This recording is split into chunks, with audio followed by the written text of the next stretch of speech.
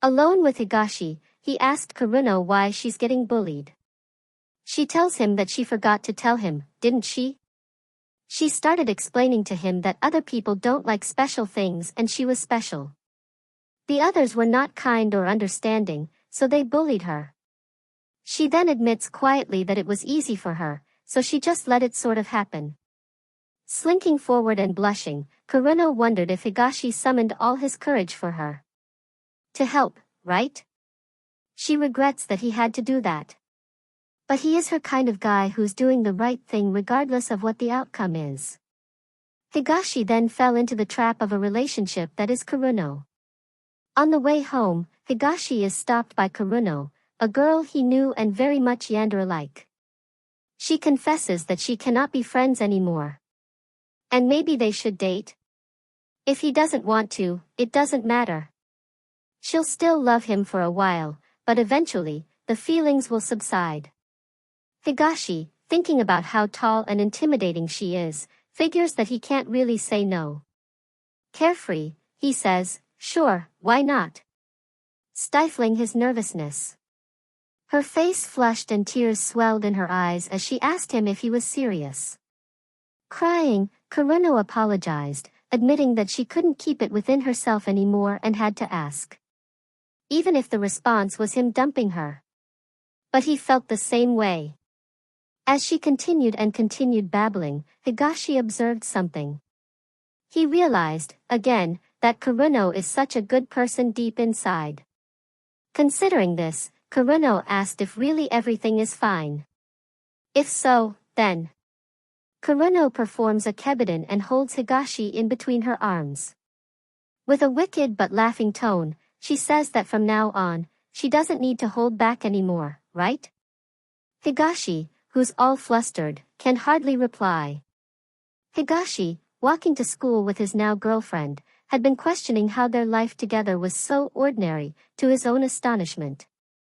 Perhaps he will in fact lead an uneventful life with her, and Kuruno really is simply a normal girl. While the same evening, Kuruno was perspiring and her heart thumping in her bedroom. She was dawdling inside herself that she could just text him. She wants to get a glimpse of him, even peek at him sleeping in his bed. Which isn't that awful, is it? No, she doesn't wish to push away Higashi. She has to practice self-restraint. What Higashi did not realize is that Kuruno was truly a pure maiden. Walking around school, Higashi realized Kuruno is quite skilled at intimidating others. He believed she did that to protect him since he got bullied slightly. As she was death-glaring everyone in the hallway, Higashi reminded her she was being too close for comfort. He also added that it is kind of unnecessary. As he did so, Kuruno backed up like a frightened cat and flushed tomato red. Timid, she apologizes, explaining that she was so nervous she must have been creepy. And she does not smell, right? Higashi, utterly perplexed, thinks that she is not getting him. Then he answers that no, she does not smell. Walking home from school one day, Higashi found Kuruno standing under the rain with no umbrella. She tells him that she did forget but did not want to be too clingy or needy and therefore chose to walk home alone. Higashi, shielding her with his umbrella, tells her that she is wrong, he wants her to lean on him in such moments. He is her boyfriend. He tells her that he will walk her home. Kuruno, equally surprised, states it's a little too sudden to share an umbrella and it's too much for her to handle. Kuruno shocked Higashi with the sudden change back to a maiden, pure. One day after school, Higashi asked Kuruno to go out for a weekend outing. She did not believe it was so but preferred to believe him, exciting herself in a pure and wholesome way, blushing and humming on her way home. Unbeknownst to her, however, she was being watched. A Yakuza member, Isshin Tsutomu, had seen her. But little did she know, he was the underboss of the Kuruno crime family, discovering that Kuruno was indeed a Yakuza lady all along. He remarks that young lady Kuruno had finally met a man. Completely distraught, Isshin begs Kuruno to switch suitors as Kuruno prepares for a date with Higashi.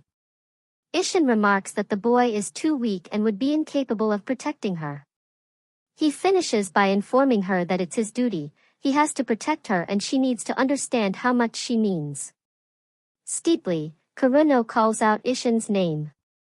Cold, dead-eyed, Kuruno informs him who protects her is none of his concern and she does not want to hear his opinion. Ishin backs away from Kuruno's glare and realizes that she's not a kid anymore.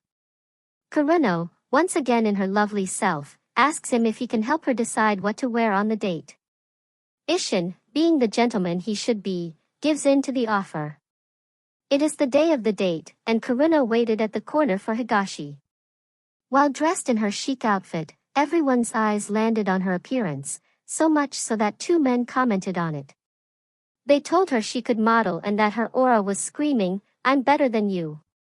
Taking a gamble, they tried her out, asking her if someone had stood her up. Side-eye glaring, she responded, "Excuse me," and the playboys tripped and broke at the first hurdle.